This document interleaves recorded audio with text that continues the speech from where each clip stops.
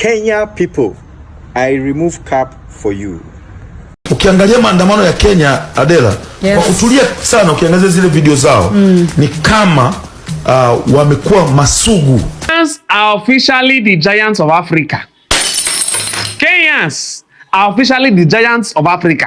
Wakenya wako sahihi kwa sababu nimeishi Kenya, nimesoma Kenya.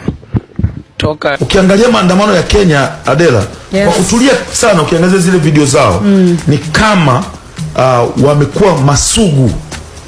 Hawaogopi chochote. Mtu anaanguka hapa anakufa, wanamluka, wanaendelea, wanakuja. Hawakimbii. Movie za zamani ni kama movie za wa Vietnam. Wa Vietnam tulikuwa tuna muda tunasema huyu Rambo atawamaliza kweli. Maana kashamaliza 400 huko, wanakuja wengine. Wanamwagiwa maji ya pilipili. Maji ya pilipili wanayaoga. Kwanza kuna ile bomu wanachukua bomu wanasema nataka la strawberry. Yes.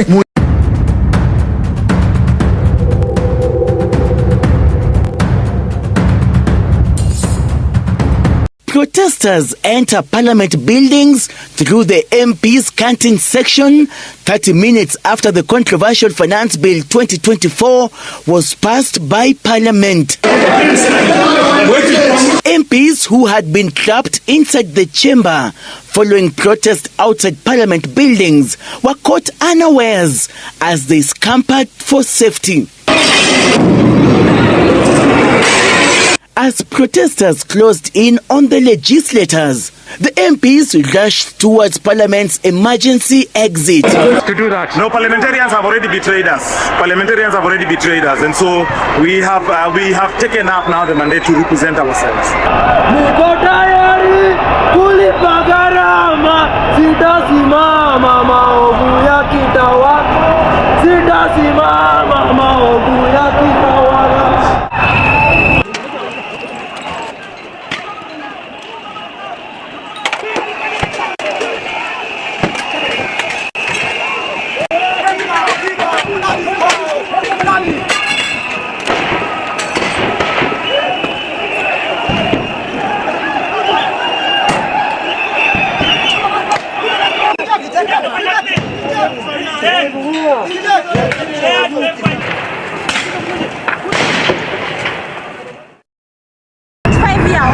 I should be taxed 3,000 a year, and I'm not even employed.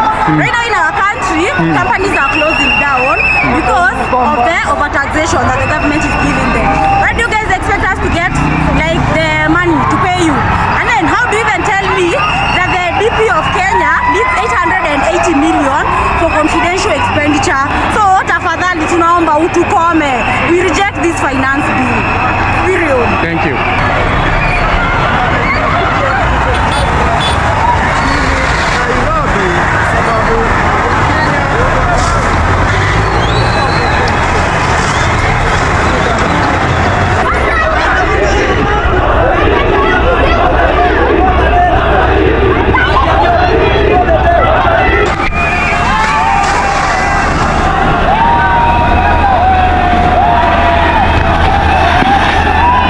We don't even have jobs to tax.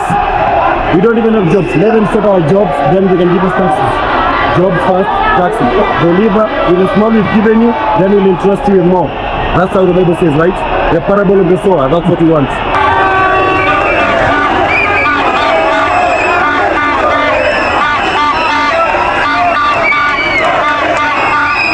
Fight for ourselves.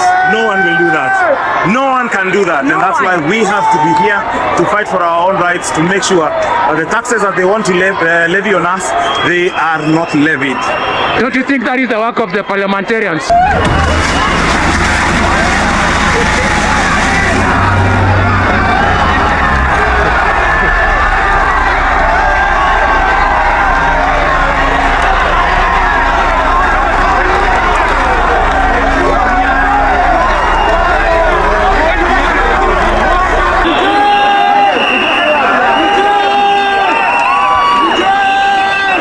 Tafadhali ndugu yangu, sisi ndio tunaumia bro. Sisi ndio unatumaliza. Basi nishike tu niweke jela nikule chakula free. Hizi ndio maisha nataka nikae hapa Nairobi. Hii. Manda tu sana tumande.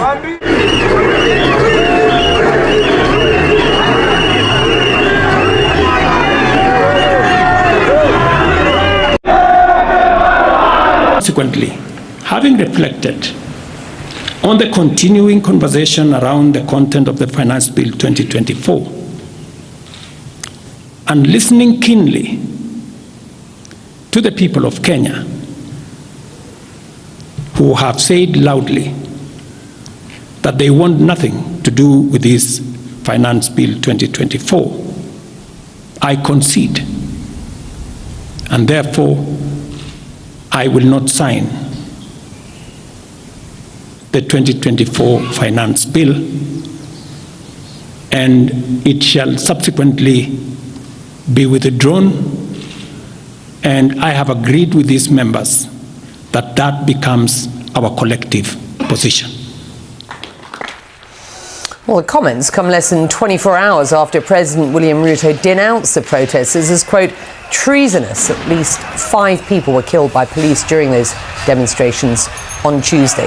CNN's Larry Madowo has been right in the centre of these protests. He's live in Nairobi for us now. What do you make of what you have just heard in the last, 10, 15 minutes from President Ruto? It's not clear what changed between President William Ruto's national address last night and this afternoon, because yesterday he was defiant. He said there were legitimate protesters, but that legitimate protesters had been infiltrated by treasonous criminals, which did not go down well with many Kenyans. And less than 24 hours later, he comes back and says the people have spoken, they need to make more concessions, and therefore he is rejecting his own finance bill that was proposed by the executive that he is the head of, and that he thanked all the MPs around him. The people sitting around him are members of his own ruling party who defied the feelings of the people and went ahead and passed this finance bill while people were actively demonstrating against the bill outside Parliament. While people were getting killed outside Parliament, they went ahead and passed this bill and put it on the floor and put it on the seat of President William Ruto. And now he's saying, oh, you were right, and we will not be signing this bill. So there's already some defiance on social media, and people say it's too little too late, and some of them even threatening to still go ahead with the planned protests tomorrow. So that is the instant reaction and the feeling from people who feel that all of this could have been avoided. The people who died yesterday could have been saved if President Ruto on Sunday, like he said, would engage the young people, had made this move, Becky. I was interested to hear a couple of things that he said. He said, it has become evident that the public demands more concessions. And because I run a government, but I also lead the people and the people have spoken, he said, I concede and therefore I'll not sign this bill. He went on to say the following: as a nation, we need to look to the future. As we have gotten rid of this bill, we now need a conversation as a nation about how we manage the affairs of the country together, manage the budget together. And at the beginning of this, he was alluding to the fact that he'd pulled the nation from the brink of debt, and how the nation sort of manages itself going forward. How would you expect that he affects that engagement now with what he described as the young people of Kenya? So one of the immediate problems is going to be finding the leaders of this so-called movement, because none of the Gen Z generation that have been at the forefront of these protests wants to be identified as the leader, as the organizer of these protests. So that's one. But two, the background he started with his press conference is completely the right tone, because yes, Kenya has a debt problem, which he inherited from his predecessor, but he was number 2 in that government of Uhuru Kenyatta. He said that just last week Kenya cleared the $2 billion Eurobond that's been hanging over the heads of the country, and so that's why he's pulled the country from the brink of debt distress. So that's also accurate.